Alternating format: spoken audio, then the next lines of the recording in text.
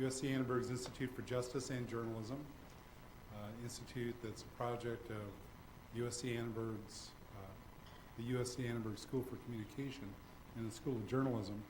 And our mission is to strengthen journalism about justice and injustice. This program is part of a week-long series of activities involving 10 racial justice fellows, journalists from across the country who were selected because of their interest in covering issues of racial justice with depth and context, and also selected on the basis of in-depth projects that they proposed. They're from newspapers, from magazines, radio, and there's an independent journalist in the mix who's doing an online project also. The program that's about to begin will include, of course, remarks by Ward Connerly, who participated with others in a panel earlier this afternoon. And someone else is going to introduce him, and I'll tell you about him in a minute. The format will be remarks by Ward, and then we're going to have some Q&A. For Q&A, we would like the first questions to come from whichever of our racial justice fellows feel so moved that we want to give the first option for questions to our racial justice fellows. And we're going to do it the same way as we did this afternoon with the panel, which is ask people to go to the microphone. We may move that microphone over in this direction or not. See, we have some other guests coming in. And I will be moderating the Q&A session. And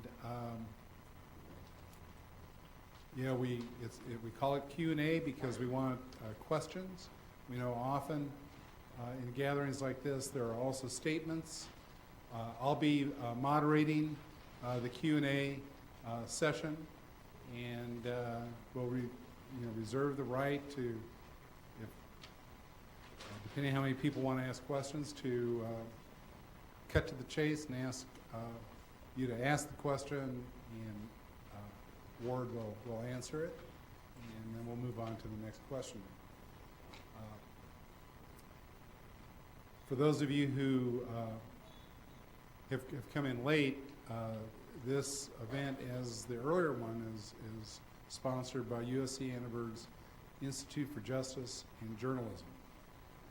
We are an organization dedicated to strengthening journalism about justice and injustice, and we have 10 fellows, reporters from across the country with us for a week's worth of activities, and this is one of the activities. We had a panel discussion earlier today, and what we're all about at the Institute is bringing more depth and context to journalism, but also through journalism promoting constructive, thoughtful dialogue about complex, difficult issues.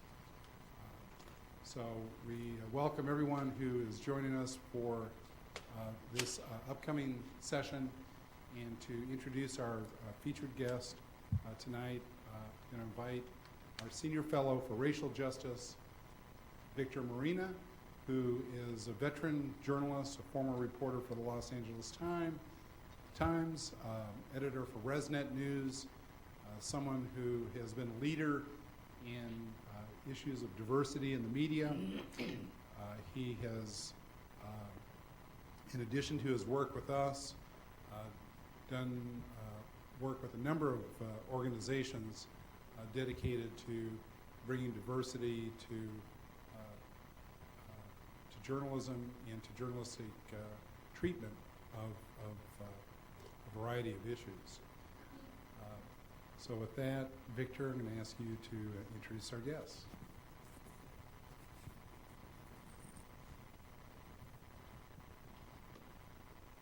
Thank you, Steve. Our speaker today has been called a visionary and a charlatan. He's been called a man of principle and a political opportunist, a courageous Californian, and when he ventures sometimes outside the state, an unwanted carpetbagger. But no matter what one thinks of Ward Connerly, there is no underestimating his influence and his impact on one of the most passionate topics, race, and on one of the most divided issues today, which is the notion of affirmative action. I was in California on election night in 1996 when Proposition 209 was passed and saw many astounded with the results of that election. And I was in Washington State on election night in 1998 when Initiative 200 was approved and saw many surprised at the outcome of that election. And I was in East Lansing, Michigan last November at a victory party for proponents of Proposal 2 who defied the political establishment, the business establishment, labor, religious, university, and civic establishments to pass a measure that won with 58% of the vote. Astonishment, dismay, surprise from so many about so much. And the primary mover behind each measure was Ward Connerly. And as he was indicated earlier today, for those of you who were with the panel, he's not done trying to establish what has been called race-free zones in America. And what some people say is an impossibility, and others even say is hardly a cherished goal. But what we wanted to have you hear Ward Connerly himself speak about his views and his beliefs and his positions. And we wanted then to give those of you here an opportunity to question, to challenge, or support what he has to say. One thing that in both the political campaigns or ads that was in Proposal 2 and in other campaigns on both sides has been an acknowledgement that it's a difficult thing to be able to talk honestly about race, to have a dialogue about race, a meaningful discussion about race. Here tonight we want to have voices heard as well as wanting to hear people speak. So we want to have people listen as well as have them talk. So I thank you all for coming tonight, and I thank you for coming. He is a former regent of the University of California, chairman of his Sacramento-based American Civil Rights Institute. Please welcome Ward Connerly.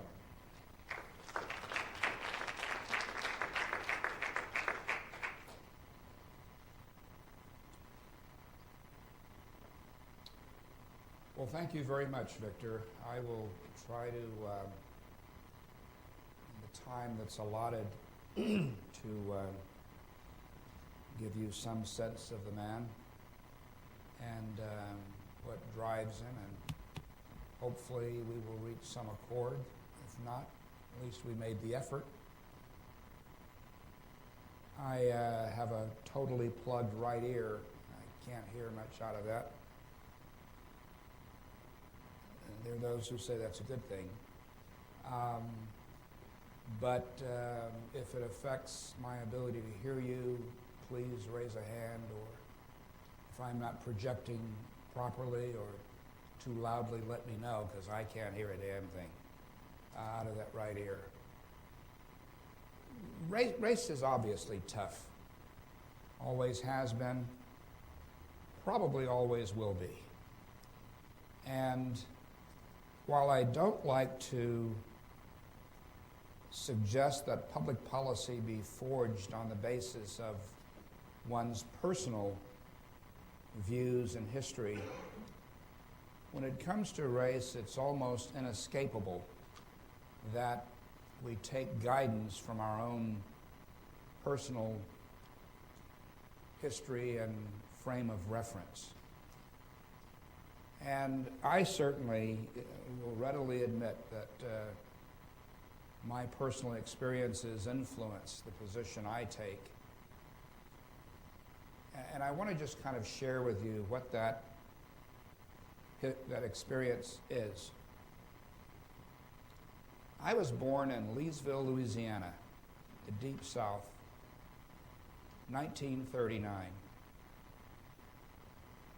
My father left the house when I was 2. He and my mother divorced. I didn't see him for another 58 years after that. Didn't see hide nor hair of him, didn't hear from him. And there was a degree of bitterness about that, but that's sort of secondary to the overall story.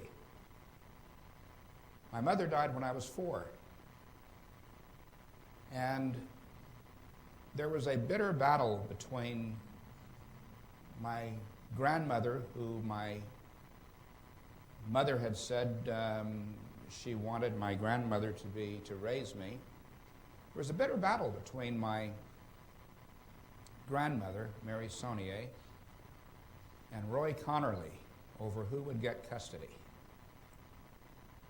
And thank God Mary Saunier won that battle. When I was 5, the court awarded custody to my grandmother, to Mom. And she at the time had 5 children now of her own, because my mother had died, that she was trying to raise 5 adult children. Her husband had died when she was 39 years old. And so Mom then had those 5 children to raise, plus this new grandson. And she did not want me to grow up in Leesville, Louisiana, the Deep South. So Mom dispatched me to my Aunt Bert, the daughter who was next in line to my mother in age. And Aunt Bert and Uncle James lived in Seattle, Washington at the time. Actually, Bremerton, because he worked at the Puget Sound Naval Shipyard. And Mom said to Aunt Bert, "Come get him." The court just gave me Billy, was what she called me. That was my nickname. Court just gave me Billy. I want you to come get him. Because the lady at the bank tells me that Roy is going to keep trying, and if it goes to another court, they may overturn this. So Aunt Bert gets on a Greyhound bus, drives out to Leesville, picks me up, and we turn right around on the next bus and head back to Bremerton, Washington. After about 2 years, Aunt Bert and Uncle James never got beyond the 3rd grade and worked with his hands. Uncle James moved to Sacramento, California, Del Paso Heights to be precise, and went to work there digging ditches and piling lumber at various stages in Sacramento. When he was piling lumber, he did so up in Marysville, which is 45, 50 miles away from Sacramento. And after we had been in Sacramento, moving from Bremerton to Sacramento to Del Paso Heights, after we had been in Sacramento for about a year, my Uncle James's father died. And we went back to Natchez, Mississippi, which is where Uncle James had been reared, for the funeral of his father. We drove nonstop, except to get food, service the car. We drove nonstop, folks, from Sacramento to Natchez, Mississippi. We couldn't stop any place to find shelter. We were a low middle-class black family. But we couldn't stop any place because there was no place that would take colored. Colored were not permitted in those motels along the way. So Aunt Bert and Uncle James would alternate at the wheel, with one driving for a shift and the other driving for a shift, and my snoozing in the back seat and reading my baseball cards. And then we would get to a service station once we crossed the Mason-Dixon line, and Uncle James would roll down the window. This may sound foreign to many of you, but in those days you literally rolled down the window. You didn't push a button, you rolled down the window. And Uncle James would roll down the window, and Aunt Bert would instantly say, "James, now you hush." And she said to him, "You hush," because she just knew what was going to follow. Uncle James would roll down the window, and there would be a white attendant. On this one occasion, it was a young boy of about maybe 14, 15, I don't know. And he said, "What do you want, boy?" And Uncle James said, "Fill her up, please, sir." And he rolled back up the window. And my vocabulary of four-letter words was thereby enriched by Uncle James's reaction. And I won't share the actual words, but translated, it was, "How old do you have to be a Maine?" He was part Indian and of African descent, and the word man came out with him, Maine. How old do you have to be a Maine? But the indignity of being called a boy cut to the core. 13, 14-year-old kid calling this very proud man a boy cut to the core. It's one of my experiences with race. We would stop to eat on this trip, and Aunt Bert was very fair. On my mother's side, it was Irish, Choctaw. And Aunt Bert was what they could call someone who could pass. That meant that she was so fair that she could pass for white if she chose to do so, I guess. And since we could not go into this restaurant, Uncle James and I, this greasy spoon, Aunt Bert would go in. But there was always this fear that you might get caught. And they would kick you out because they would say, "You're colored." So Aunt Bert went in through the side door, and she'd always look for one of two signs. One would say, "We refuse to serve coloreds." She'd turn around and leave. Or the other would say, "We reserve the right to refuse service." That we reserve the right to refuse service meant that if nobody objected, you were likely to get served. So Aunt Bert would go in, and she would get hamburgers and knee-high sodas and bring them back to the car. And we would drive down the road and find a safe place to eat. The image of a pickup truck with the rifle mounted on the window behind the driver is very real,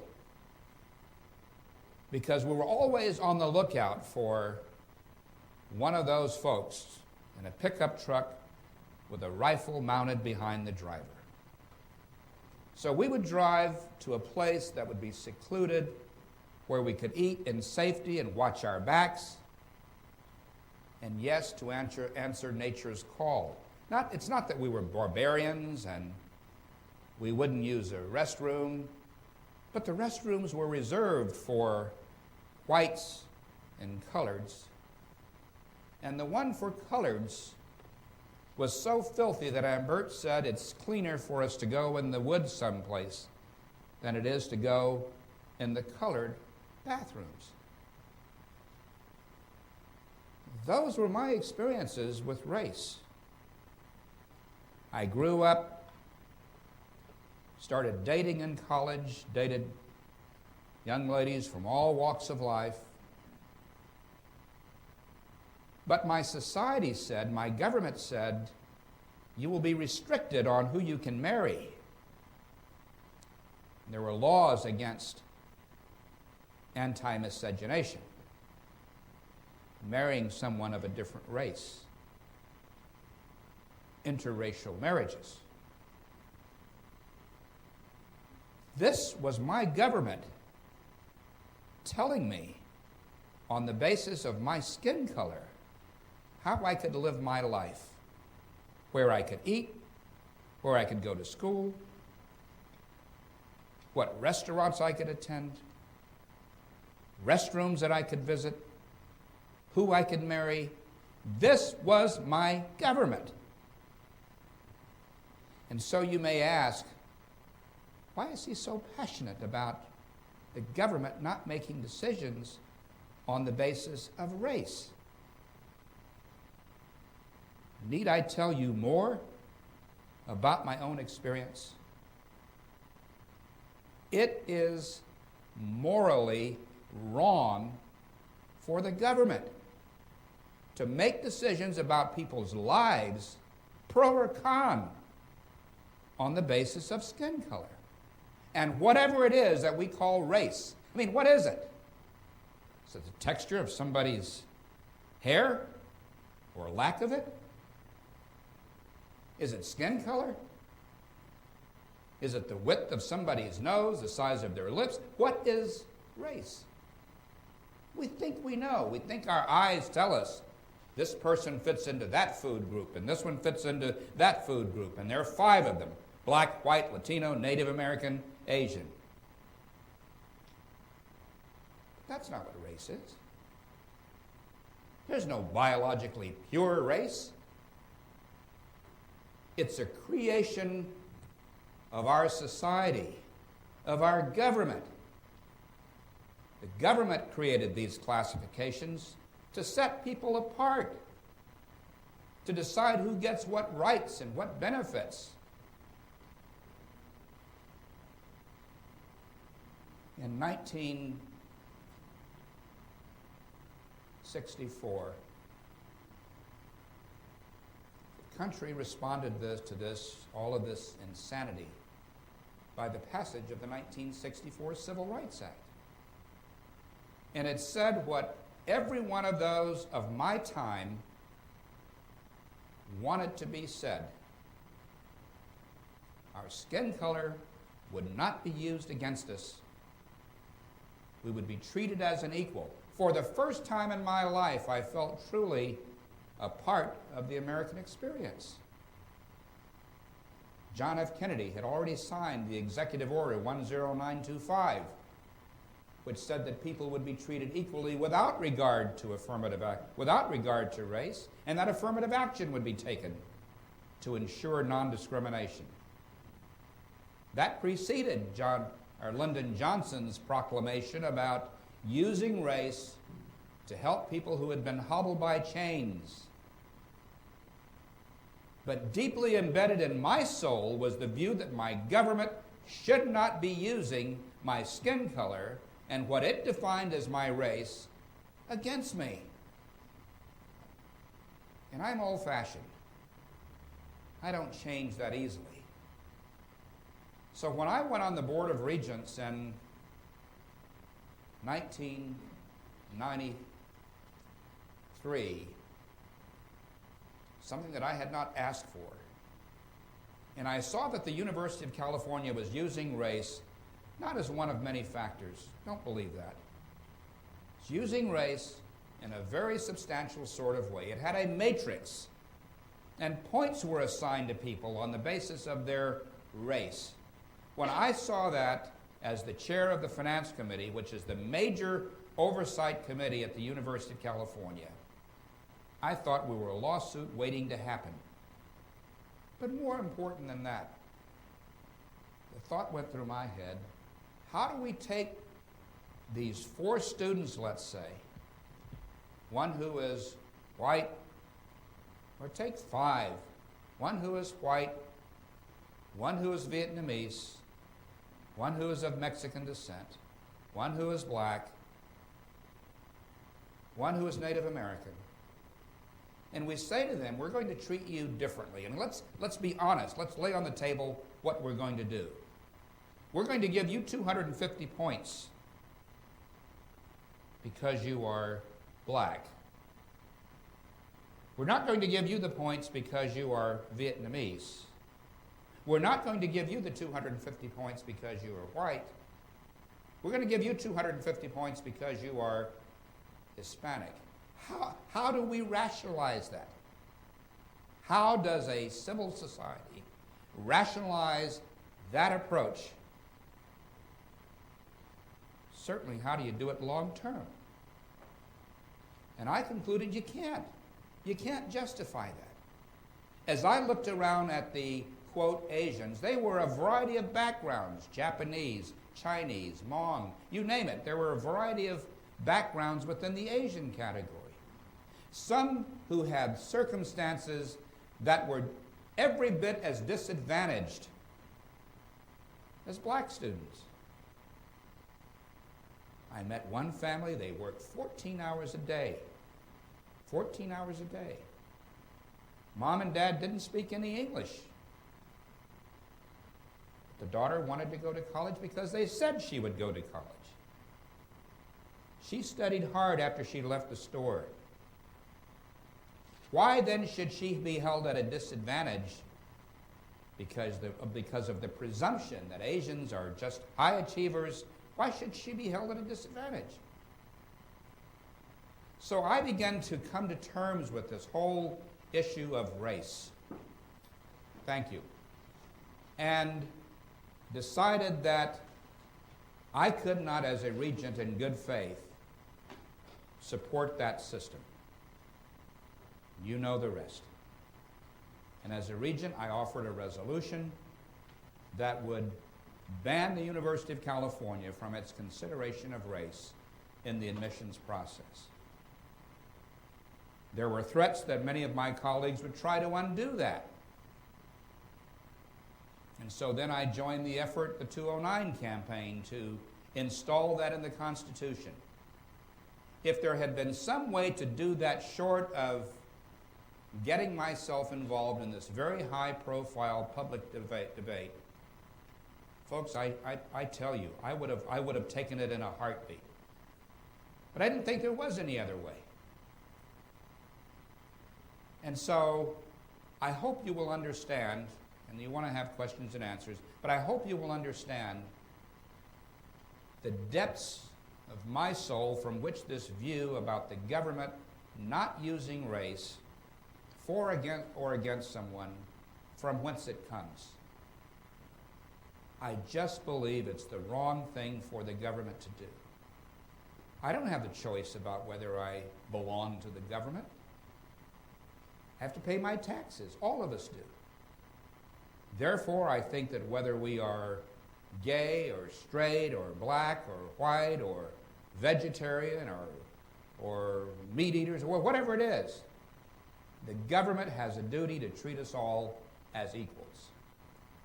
So with that, let me break and answer any questions that you might have.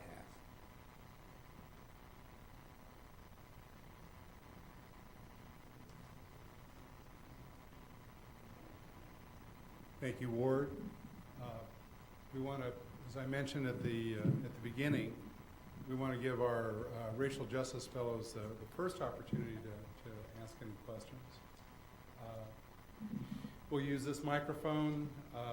If we do have any of our fellows who want to ask questions, I'd like you to come to the microphone. And then others come to the microphone and we'll take your questions. And please identify yourself before asking the question. Good evening. My name is Ann Bennett. I'm one of the Racial Justice Fellows. Hi, Ann. Good evening. I'm a documentary filmmaker focusing on African American history. And I was wondering if you can talk about, you made a very passionate speech presentation, concerning moral wrongs of history. I was wondering if you could talk more about the moral wrongs of history, of racism, segregation, Jim Crow, and what kind of redress, what kind of proper action should be taken for those who suffered at the hands of that, and their livelihood suffered, and also their children's livelihood as well, and how that actually affects the livelihood of their children, their grandchildren, and opportunities and access as well. And I wish that it were possible to dig up the bones of my Uncle James and the young man who called him boy. I wish it were possible to do that. I wish I could hold the young man's hands and let Uncle James beat the crap out of him. I wish that were possible. My bitterness in seeing how he felt runs that deep. But it is not. And so then I am left with the question of, well, where do we go from here? I felt that way when the government tried to tell me who I could marry and who I couldn't marry. And I guess as I sort all of this out, the decision that I am left with is that I can't undo the past. I can't unring the bell. I can't make Uncle James whole. But I can live my life taking advantage of the opportunities that are there, telling other people, go to school, don't drop out, get an education, make productive use of your life. And as I look around and I see that, yes, people who look like me have paid a heavy price for, and some still do, for the nation's sins of classifying people. That's where it all began, I believe. Classifying human beings into these different groups. As I look around, I find that there are no groups that have a monopoly on the disadvantages that flow from government unfair treatment and societal unfair treatment. There's nobody that can say, well, it escaped us. Jews can point to problems. Chinese can certainly point to problems. Japanese were interned. Irish, today, gay people. Nobody has an exemption on problems that affect their group. Nobody does. Some are worse than others. To be brought here against your will, that's pretty high on the list of harms that have been visited upon people. But I sort of come down on the side of it's done, and that simple saying, let's live today as if it were the first day of the rest of our lives. That's where I come down. It may not be perfect. There's still some who will be left with, well, you owe me a bigger debt than you owe others. Perhaps so. But I just come down on the side that we're in the long run, we're all better off to say, let's start right now trying to live out the meaning of that principle of equal treatment under the law. Live it out as best we can. Practice, practice, practice, treating other people the way we want to be treated. And it's like a marriage, I suppose, where one does harm to the other.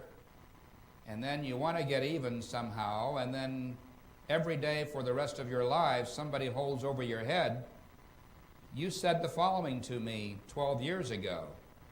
Yeah, but you did the following 13 years ago, you know? And there's no end to that, I suppose. If the marriage of the American people is going to work, it seems to me, at some point we just have to say, we're going to live together, and these are going to be the rules for our living together.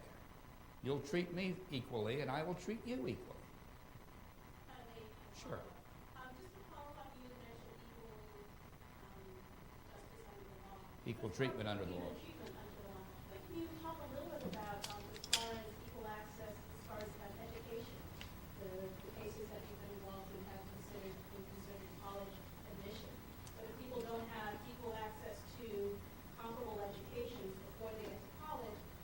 equal access is oftentimes based on race and class, opportunity, et cetera, then then that's not fulfilling equal treatment under the law if they don't have equal access to education. Well, when I say equal treatment under the law, I'm using it in the sense that the court uses it. That is, when you enter into a transaction with Agency A has to treat you as an equal. Agency A is supposed to not discriminate against you. What the court calls the societal ill, which is that, well, gee, the school I went to wasn't equal. The court regards that as a societal ill. You can't compensate for that. That's unconstitutional. You can you can use race in the interest of diversity. You can't use it to cure this societal ill, because you may be thinking that the school over here was bad, and therefore, and predominantly black go to that school, and therefore we're going to give them affirmative action. But maybe the school over there, which was attended by largely by whites or Asians or whatever, maybe it was also bad. And so the courts have said you can't use race to cure societal ills, only for the purpose of diversity. In the back of our minds, though, we all know, I think, not all of us, most of us, that the diversity rationale is only a convenient tool to be using. Those who use it, who use race, really want to be trying to make up for the past. They really want to use it in a remedial sense. But that's not what the court allows. So it's a quandary in that sense.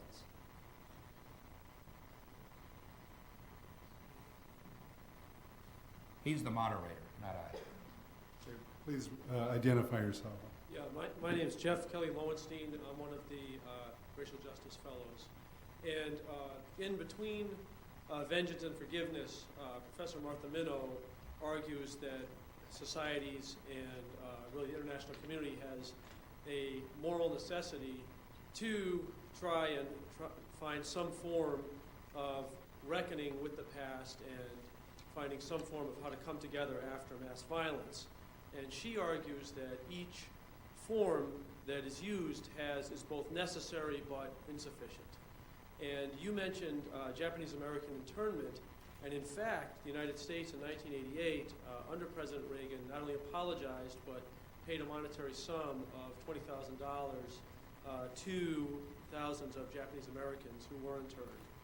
And in other countries, for example, in Germany, you and I were speaking privately about how Germany, after World War II, made the moral designation that what had happened during World War II was wrong, and has taken many measures from free speech limitations to reparations to citizenship to try and say that what happened was wrong, and to make the statement that this is a moral wrong, and to move forward as a government intervention.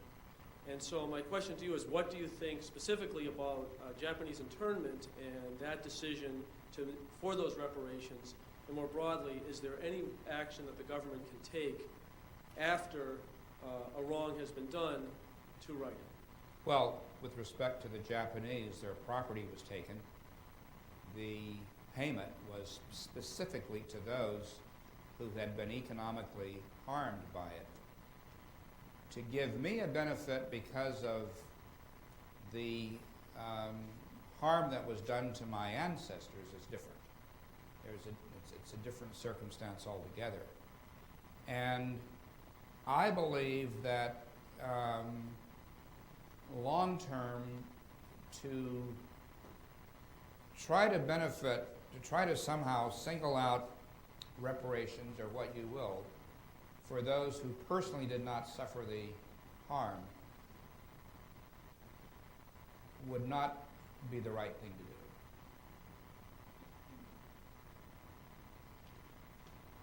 Any other questions? Can you come to the microphone, please, and identify yourself? No, you can. We grant you immunity. Hi, Ward. My Hi. name is Crystal. I'm a senior this year at USC. I'm a really big fan of yours. I read your book. I saw you at a Young America's conference. And I wanted to ask you, as a young adult, how can I help further, your cause? And because someone said it's so upsetting in class, I'm the only one that takes, your point of view of diversity is out of the question, supporting just a one America instead of, a separate America divided by race. How can I help further the cause? Lead your life, I think, the way that you believe. I'm not trying to get rid of affirmative action as much as I'm trying to bring about a sense among my fellow Americans that judging people on the basis of characteristics such as skin color and race is wrong. It's short-sighted. And that everybody should be judged as an individual. Live your life, Crystal, that way. And I'm sure you must do so, but live your life that way and try to expand your influence to other people who will do it that way. It's not trying to take away anything from anyone, but trying to expand this concept of equality of individuals as rapidly as we can. And there's a lot of missionary work to be done to get people persuaded of that point of view. Andrea. Hi, I'm Andrea Guerrero. As you know, I oppose you publicly, but I do it hopefully respectfully, with respect. I want to ask you, because you have unique knowledge as somebody who has been a regent. If we are to move the ball forward, as was said earlier, I'm reaching across the aisle, across the argument divide, and I'm looking for a solution where we can find solution. And I'm wondering, at the UC in particular, where you see openings for change, for dismantling privilege. You've acknowledged that there are systems of privilege that need to be dismantled, such as the legacy system, which has already been dismantled. But what other areas do you see as opportunities where perhaps your opponents could work with you, put some of the energy into making additional change? I don't want to live another 10 years just fighting. I'm going to keep fighting, don't you worry. But I also want to see some real change where we're not opposed and work towards that. So your thoughts on that? Well, although we just met today, your position precedes you, and I respect it, Andrea, and hopefully I will convert you someday. No, I think you raise a very good point, and I hope that we can find some basis for people who disagree about the core principle of whether race should be used, but who can find agreement on various things that expand opportunities for more people and give more people access. Let's talk about some of the things that we probably agree on. And many of the fellows are from places other than California, so I will try to not limit my conversation, my response to just California. It is wrong for a public institution to give preference to the son or daughter of someone who happened to be an alumnus of the public institution. We call that legacy admissions. That's wrong. It's a form of privilege, and it's not just that they necessarily went to the college, but it's what I call the fat cat preferences. Certain chancellors had 20, 30 slots that they could award to the Sultan of Brunei if they wanted to, just because they wanted to do so. That's wrong. And so I led the effort to get rid of legacy admissions. First time that I brought it up, there were only two of us that were in favor of eliminating it, and that was the student regent and yours truly. Came back again, and it passed unanimously. Not that my colleagues changed, but the politics of it had changed. So I think we can agree on that in various states. We can agree to do away with legacy admits at public institutions. The second thing I think we need to talk about is, why is the gap of black students who are competitively admissible so small? And I think to answer that question, you have to step back to why is the number of black students who are admissible so small. Competitively admissible means you can go to UCLA and Berkeley and San Diego and Santa Barbara without any extra points being awarded to you, without any consideration of race. You will be academically competitive. That means closing the academic gap. Before we worry about closing the academic gap, and I will add parenthetically, as I said today, my heart does not bleed for someone who wants preferences so that they can go to UCLA or Berkeley or San Diego or Santa Barbara. I think that they can get a good education going to a community college and then going to a state university. And we've got 23 of them in this state, 107 community colleges. That is just as good as a UC. Regents aren't supposed to, former regents aren't supposed to say that. But I really believe that. I believe that you don't have to go to UC to get a good education. And what we're fighting over is those few precious slots at the elites within California, rather than how do we encourage people to take advantage of the opportunities that are available. I went to a community college and a state college, and I don't feel that my life was cheated in any way because of that path. And I know a lot of other people, very successful people, who had a similar experience. How do we move the debate away from who gets these extra points to go to these 4 prized institutions in California to how do we enable people to lead productive lives? Those who don't want to go to college. I mean, not everybody has to go to college. Those who don't want to go, how do we help them to lead a productive life? How do we get the government involved so that it gives some of that $13,000 a year that it gives to go to UC, give that to young black males and anybody else who wants it, who drop out at the 9th grade, give that to them so that they can pursue a vocation to lead a productive life.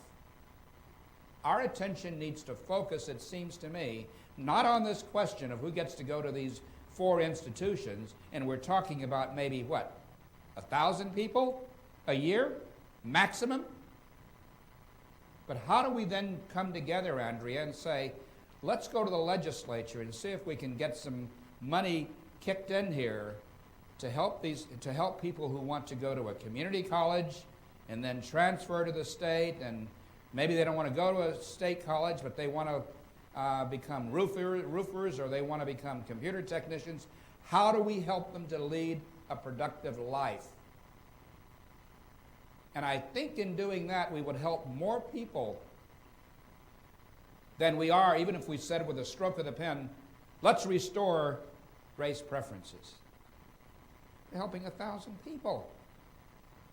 So I think that we could come together on what are those things that we can do jointly, going to the legislature or going wherever we need to go, to talk about things that help people who need the help. I think we could come together on outreach, student-based outreach,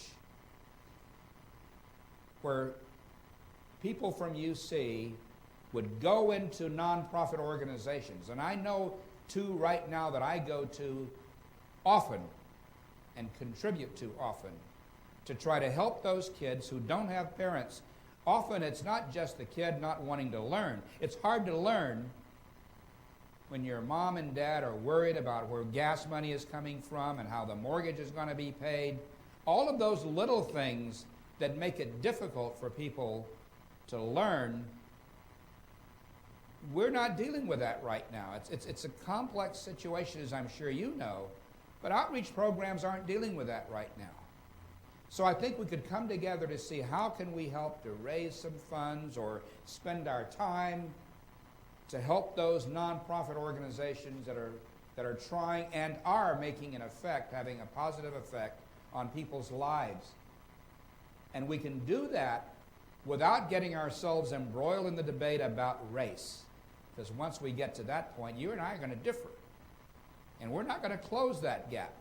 But if you're saying, and I'm saying, here is Juan over here who needs some help because his mother and dad they speak very little English, and they've never gone to college, and they don't know what's required, and they don't give him the time he needs, but maybe you and I can.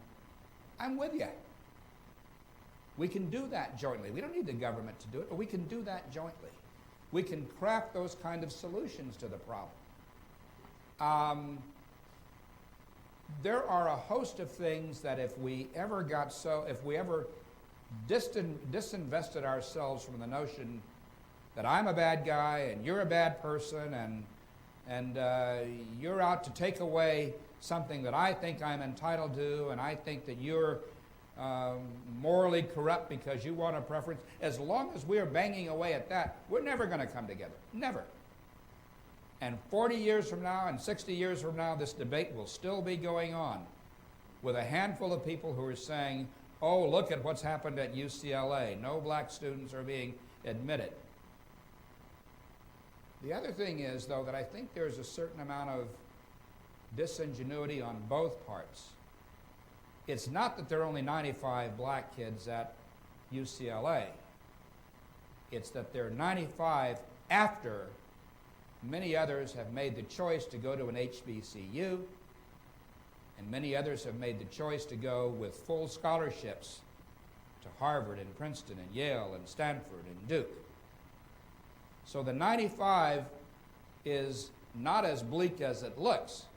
It's after people have exercised some choices. The other thing that I would do, and I would hope you would join me on this, is to say, rather than, oh, there are only 95, as I would say, there are 95 who made it on their own and helped to wash away this stereotype that everybody talks about as existing. I go on college campuses and lecture, and I hear students say, they all think that I'm here because I got in because of affirmative action. In a 209, a post-209 regime, you can make the presumption that they got in just like everybody else on their own steam. And I think it's to the advantage of black people for us to wash away that presumption of inadequacy, of intellectual inadequacy that is fostered every time somebody talks about that 95 or that 96. We have to get beyond that. When Barack Obama talked about in his acceptance speech to the Democratic Convention about the acting white phenomenon, this is one way that we can help get beyond that, by calling attention to the 95 who got in on their own, rather than bemoaning them.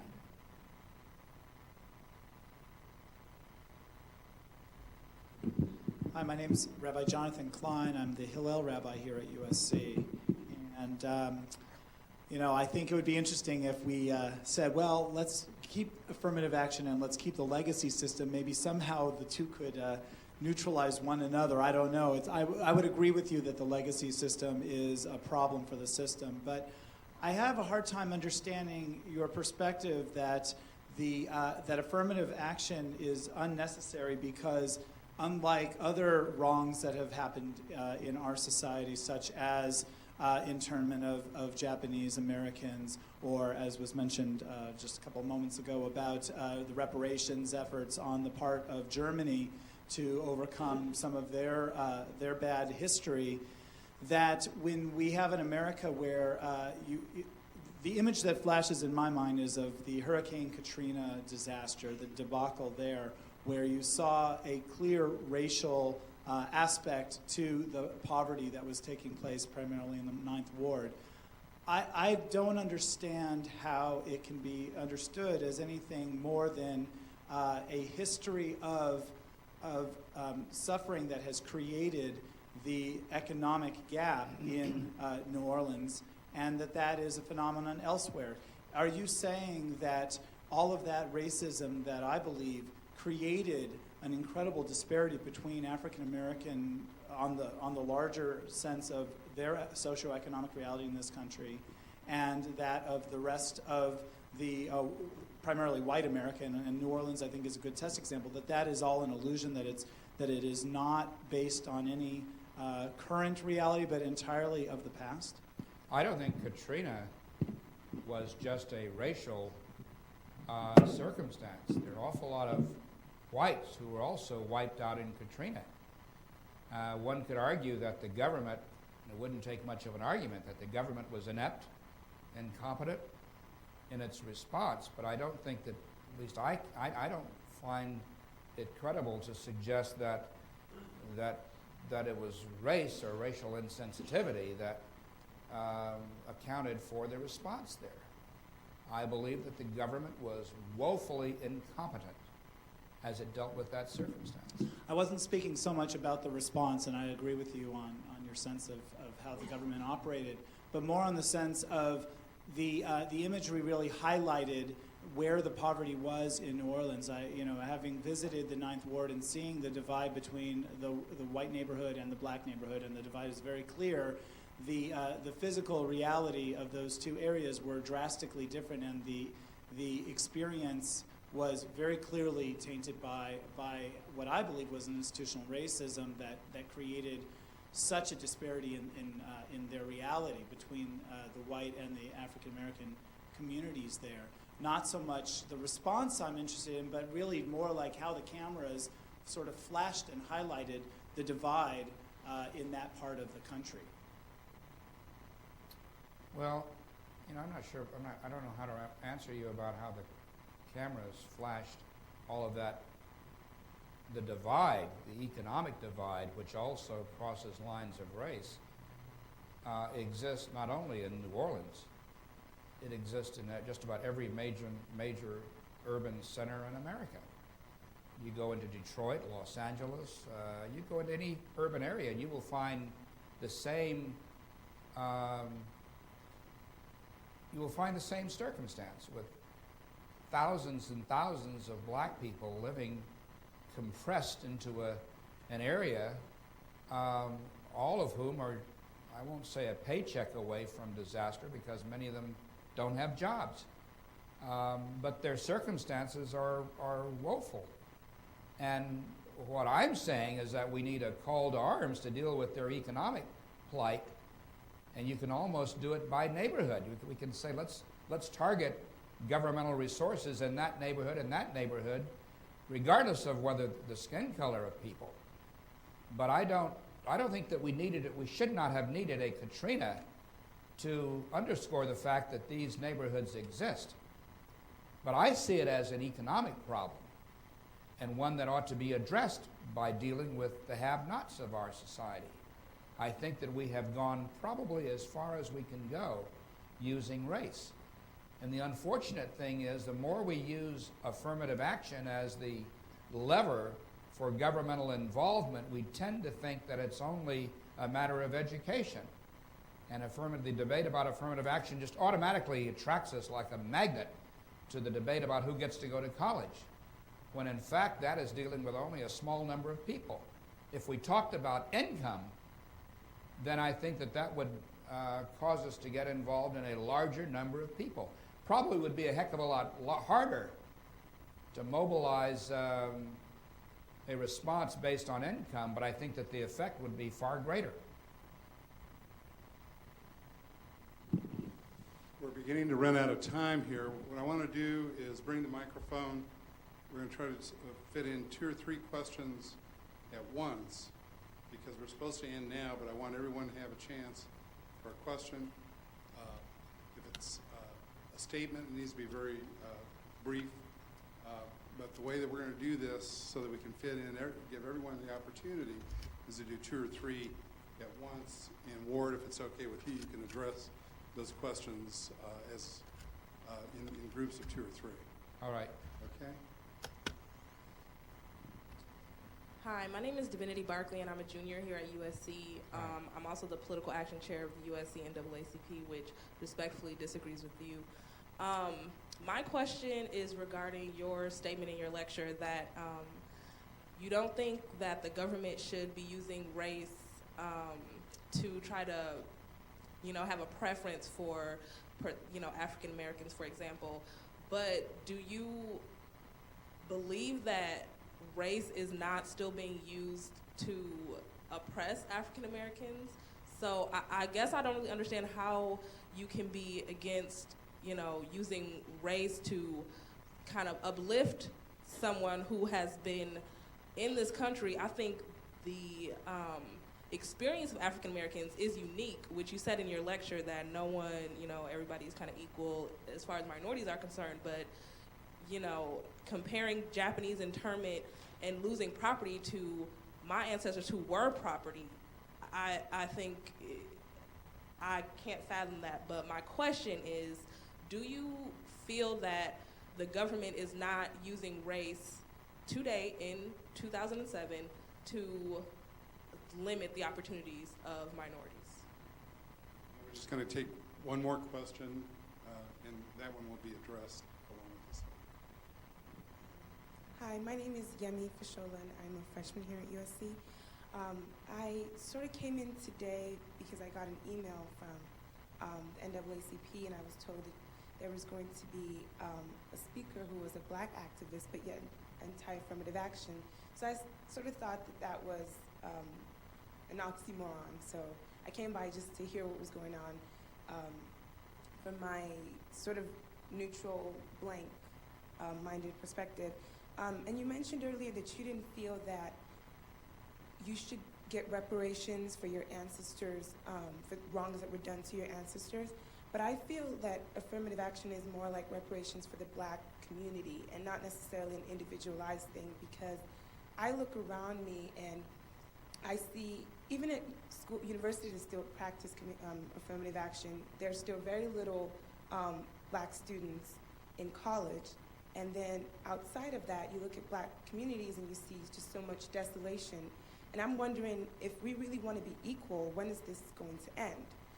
And to me, it just seems that affirmative action is just a way to push that along, because I know all over the world affirmative action has been used, not necessarily as a race thing between blacks or whites, but to help different groups in, I know Nigeria, where my family is from, or India, to help different parts of different groups in the society to be more at the same level. So I don't understand how we can, bolster the numbers in colleges. I know a university like USC is 4% black, whereas it's 13% black population in the whole country. When are we going to get these numbers up and get less black communities that are in poverty if we don't have something to help out, like affirmative action? My memory is not that good where I'm going to remember all these questions. So let's go back to the first set of questions, which, as I recall, was let me ask you to restate your point again. If I could take a stab at this, just to, I think that they're Related related questions. I think the first had to do with balancing your objection to race-based remedy against race-based injustices. Oh, yeah. And then the second is, I think, related to that. How can you straighten these things out without employing a tool like affirmative action, which has been used internationally? Well,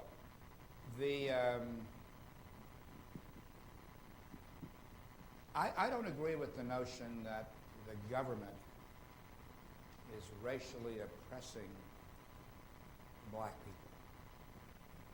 I don't agree with it. Let's say, however, that it were doing so.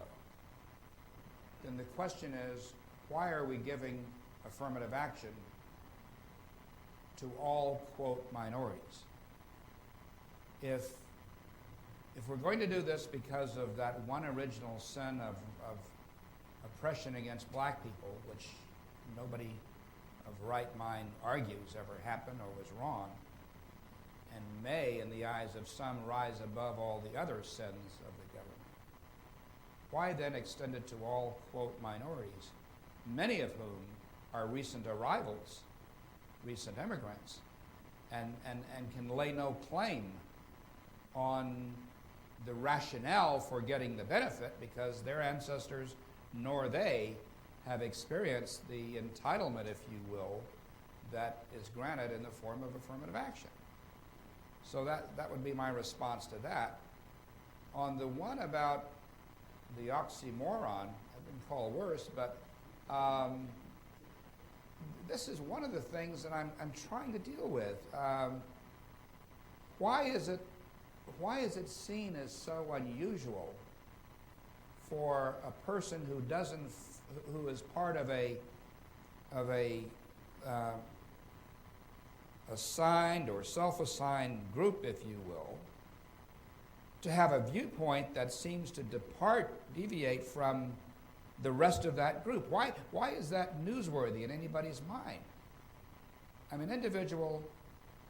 The good Lord gave me my own me as he did you, and that presupposes my right to think through things based on my experiences to arrive at my own decision, and the fact that I don't land on the same place that you do doesn't mean that I'm somehow out of step with you.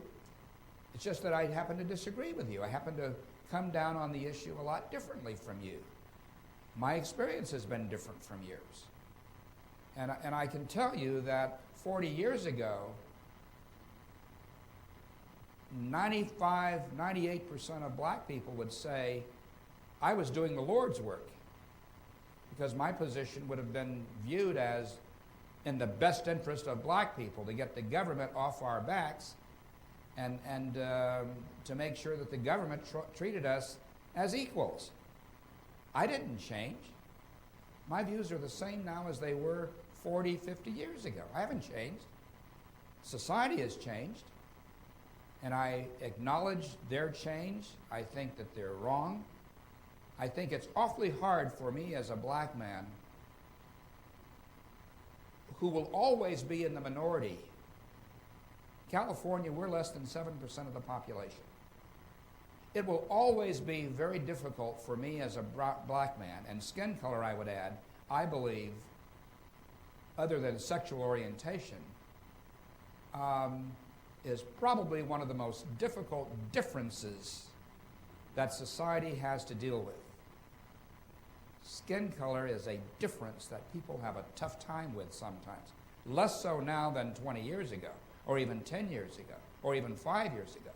But it's still one of those battles that we still have to fight about accepting people who are different from us. It's difficult for me, it seems, to argue the immorality of judging people on the basis of skin color if I were to countenance it for somebody else. During the Michigan campaign, I would often hear from people, why are you defending that white girl, Jennifer Gratz? Why are you defending her?